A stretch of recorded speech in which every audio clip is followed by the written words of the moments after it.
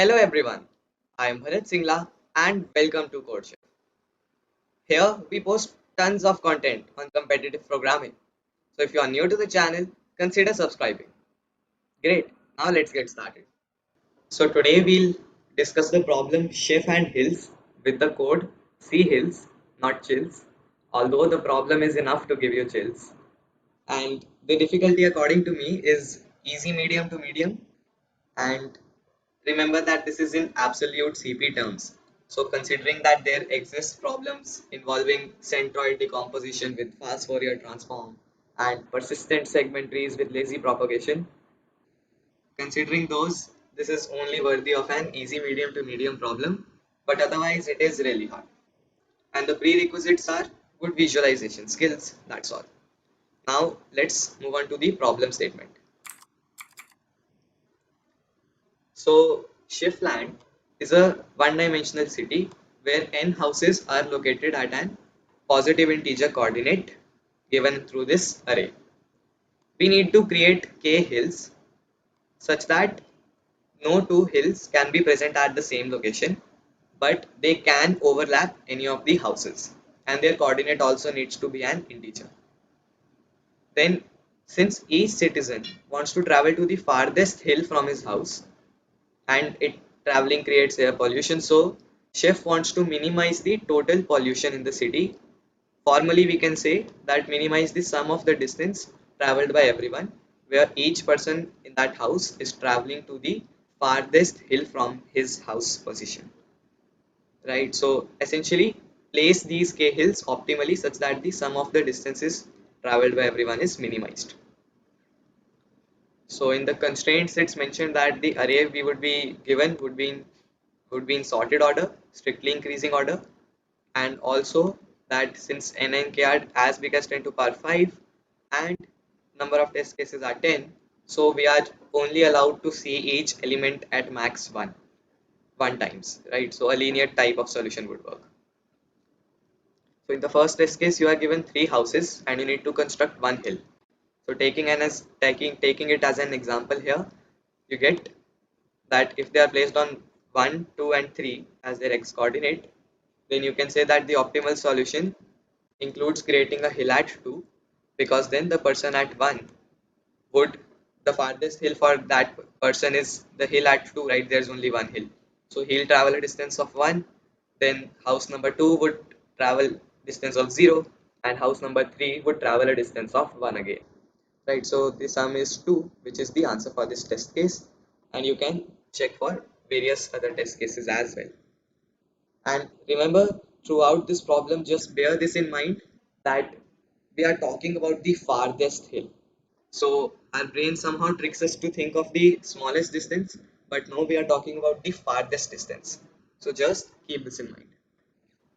Now let's move on to the solution. Okay, so before we proceed, there's one thing I would like to take out of the way.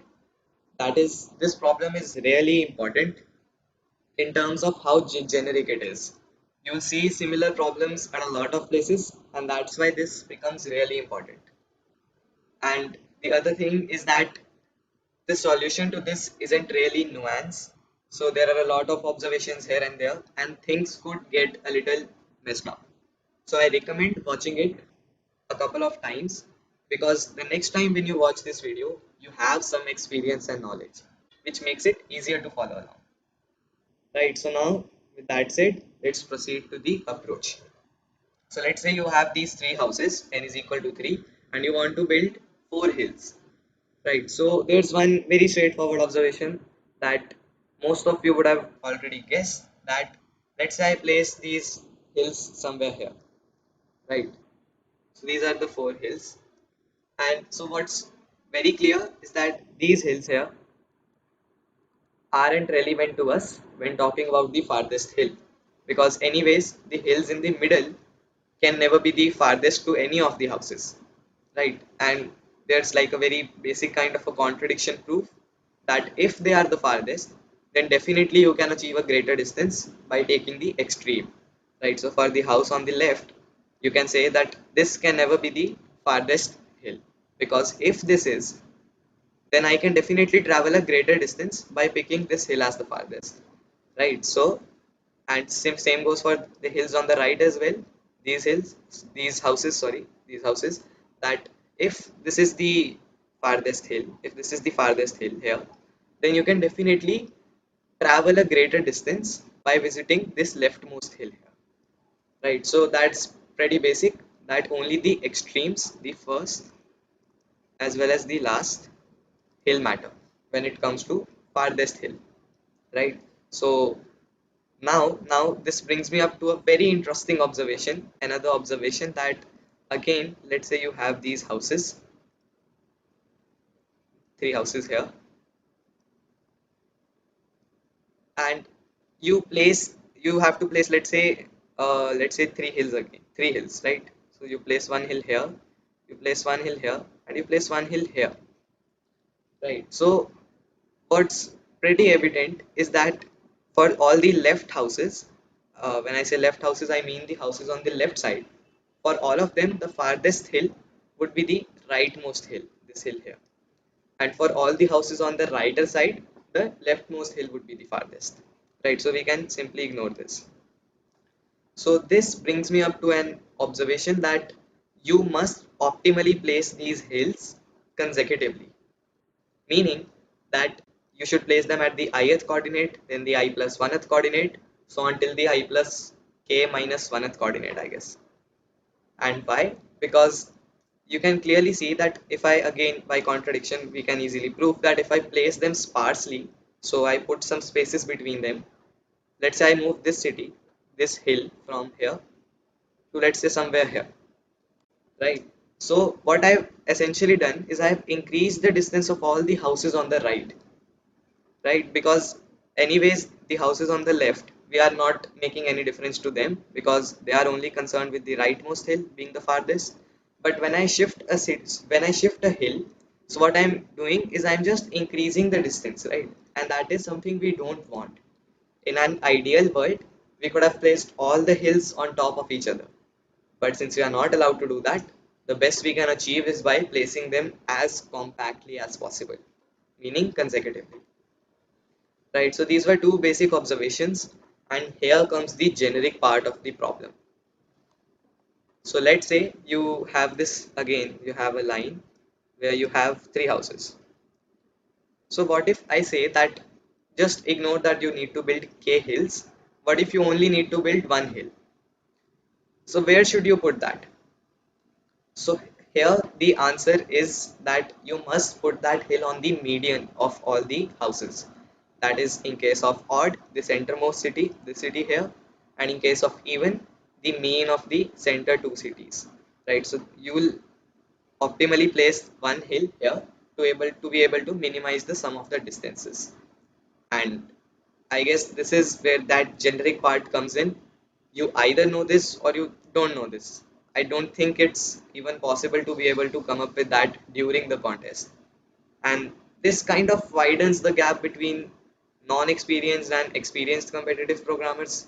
And problems shouldn't be like that. They should instead narrow the gap, right? So, but anyways, it's a real test, and that's why it's really important. You must know this technique, that whenever you want to minimize the sum of distances, place it at the median. And again, a very simple kind of logical contradiction proof, that if, let's say, the distance is d, so when I shift it, let's say, to the right, so now I bring this hill here. So now, as you can see, that there are two houses on the left whose distance got increased. So this distance got increased by 1, right? As well as this distance got increased by 1. Whereas, so for two houses it got increased, whereas only for one house it got decreased. So the sum of the distance is essentially increased. And even if I push it to the left, then again the sum of these two houses would increase the distance and this house would decrease. And why is it always so? Because initially it's placed at the median. The number of houses on both the sides is the same. So when you push it to any of the sides, this means that more houses have their distance increased than the number of houses who have their distance decreased. So it's always optimal by contradiction to place it at the median only. And similar idea follows for k hills as well.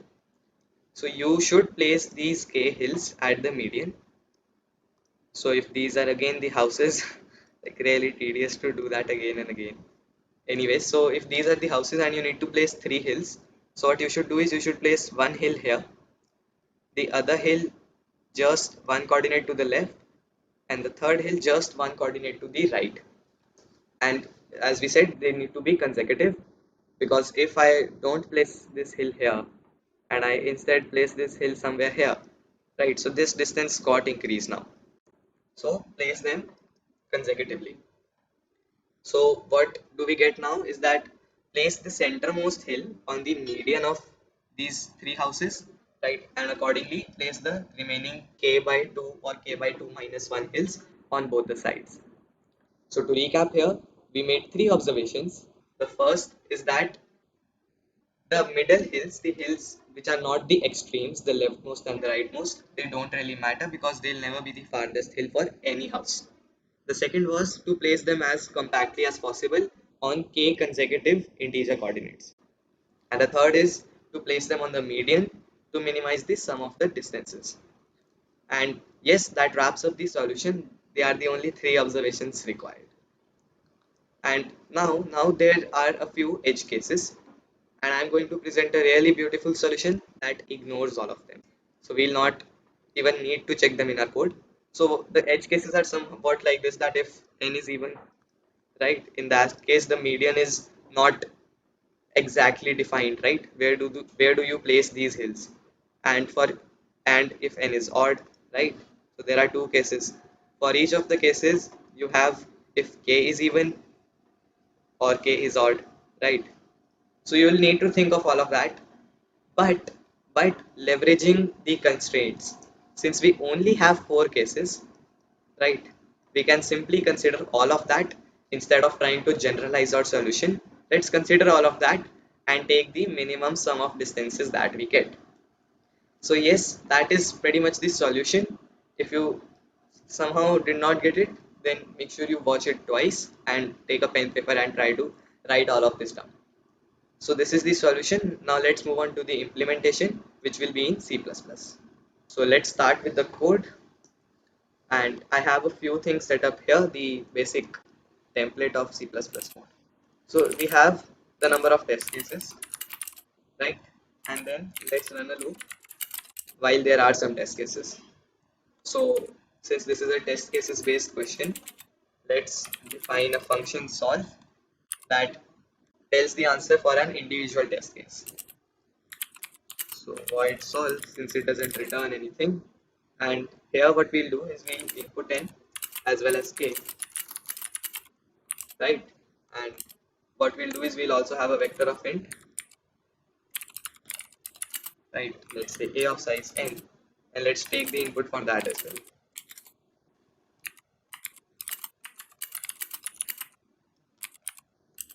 Right, so now that we have the input set up, let's first find the place that is one of the positions for our hills, right? The starting positions for our hills.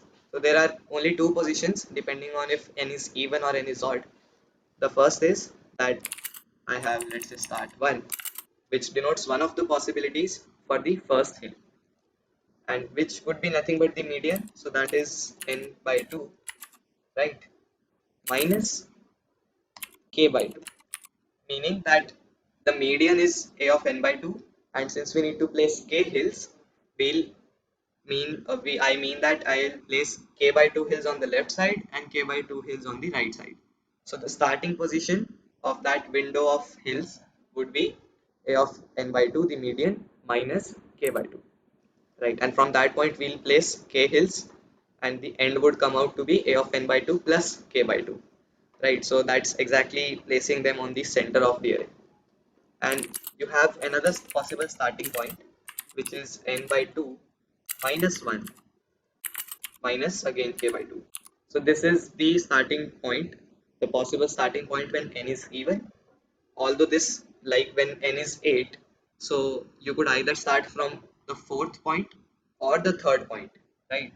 So this means that, like, either the fourth point or the fifth point, but if you carefully see that in zero based indexing, n by 2 would give us 4, which essentially means 5 only, right?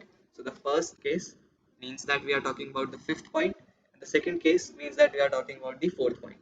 So these are the two possible starting points. And let's also have an integer answer that we'll initially set to be infinity, like 1e18, right? And we'll keep on taking the minimum. And since we are talking about big values, so let's define int to be long now. Fine, and for that we'll need to change this as well. So now coming on to the loop part. So I iterate on the two possible positions, right? And they could be either start 1 or start 2, right? And for each of the positions, I'll first find the second hill. That second hill essentially means the rightmost hill, right? Because we can easily ignore the hills in the middle. So hill 2 would become hill 1 plus k minus 1. So considering that hill 1 is the leftmost hill, the rightmost hill would be hill 1 plus k minus 1, right? And we also, let's also maintain a distance that has been traveled by the people for this particular starting point. So I go on the array, right, on the array A, and what I do is I set distance plus equal to the maximum of the absolute of hill 1 minus ai, as well as the absolute of hill 2 minus ai. So what this line here does is that it's going to find the which hill is farther. Is hill 1 further away from ai, or is hill 2 further away from ai? Whichever is the maximum, that is the farthest hill, right? And that is the distance that the person living in the house ai is traveling. So I add that to the distance, and then what I'll do is answer is equal to minimum of answer as well as distance, right? So for start 1, what's the distance that the people need to travel? That is dist, and same goes for start 2 as well, and I'll take the minimum of both of these. So now let's output answer, right? So that's the code. Hopefully it should run fine in the first place itself. So now let's run it on the sample input, which I have already pasted here. So it's running. It got successfully executed as well, and we got 2 to 5 as the answer. So it did run in the first try. Yeah, kind of strange. So that's the code. Hopefully that should run as well. And let's paste it. Have our fingers crossed, and let's hope to get an AC. But before that, there's one thing I would like to convey is that if you head over to codechef.com, and here if you go to this practice and learn session and then CP tutorials, so this is a list of a lot of micro courses that have been taken on Unacademy by CodeChef educators. So for almost every CP topic, like the Aho-Korasak algorithm for strings, the backtracking algorithm, binary search, trees, then building blocks of programming, you have dynamic programming, segment trees, and even the very advanced topics like FFT and game theory. So you have all these topics covered on Unacademy with their links given here, right? So all you have to do is just start watching them, and they are available for free as well.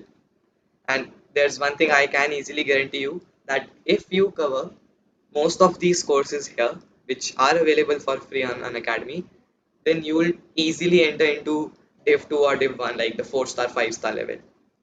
So just go on Unacademy. For that, let's say I open this link for game theory.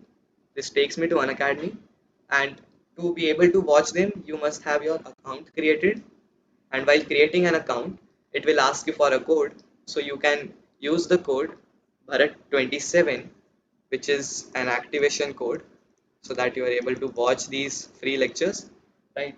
And you can also go for the paid plus subscription, and you all know what are the benefits of that, like mental health 24/7, then an access to the Discord community, so you can ask your doubts, There are teaching assistants as well as problem sets for each of the topic you learn to be able to get a better hold on it. So yes, everything that's good is present in that plus course. And if you use this to either watch those free lectures, then this will help you activate your account. And if you plan to go for the subscription, then this will also fetch you an instant 10% discount. So hurry up, subscribe to Unacademy, and if you really want to see some changes, some positive changes in your rating. So yes, the time for the leap of faith. Yay, we got a correct answer. So before we wrap up, I would like to still recap exactly what was there in the code. So you had, let's say the median was this point, right? This was the median. And what's actually happening is when I write a of n by 2 minus k by 2. So this means that this should be the center of my window of the hills. As we saw, we must place it consecutively on the median. But there's not one hill, there are k hills. So essentially you want the middle hill to match with the middle element. For that, there are k by 2 hills on the left and k by 2 hills on the right. So what this means is that one of the starting points is this, based on which my ending point would come out to be this. Or if there are even elements in the array, so if there are four houses like this, then this is one of the points and this is the other point. For this point, again, if I choose a window, then this comes out to be the starting point of hill 1. And if this is the starting point that you are picking, then for this window, this position minus k by 2, this position minus k by 2 comes out to be the another possible starting point. And we can simply take their minimum, right? We don't need to further generalize it, although you could do that as well by forming a lot of cases and figuring out what's the best. But why do that when you can write a program for that? So this wraps up the video and thanks for watching.